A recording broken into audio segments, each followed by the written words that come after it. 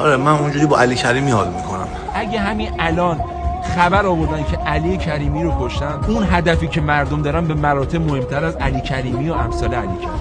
پشت علی کریمی سجده میکنم، ورزشی، دید، این ور اون ور. بهترین خونه دنیا رو داشته باش ولی وقتی توی خاکت نباشه برات هیچ ارزشی نداره. به خاطر اینکه اون اسم رسم ول کرده یه خایه میخواد انقدری، یعنی رامیری بود خایه اینجوری بشه که اون اسم ول بکنی. آدم برای به دست آوردن یه چیزی باید تاوان بده.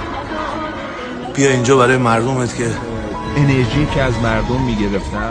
نمیدونی آجی فردا چه اتفاقی میخواد بیفته با زن و بچه و زندگی و این که ما رو تنها نذاره، این واقعا خیلی. بعدن بعضیا باز میرن زیر کامنت بی‌مهری میکنن. شاه همینجوری خدا بیامرز مریض شد رفتی. تا حسن قدام با دادم باشه. خدا شاهد به ابوالفضل قسم. یه مو از سر اینا کم بشه کسی دیگه نیست که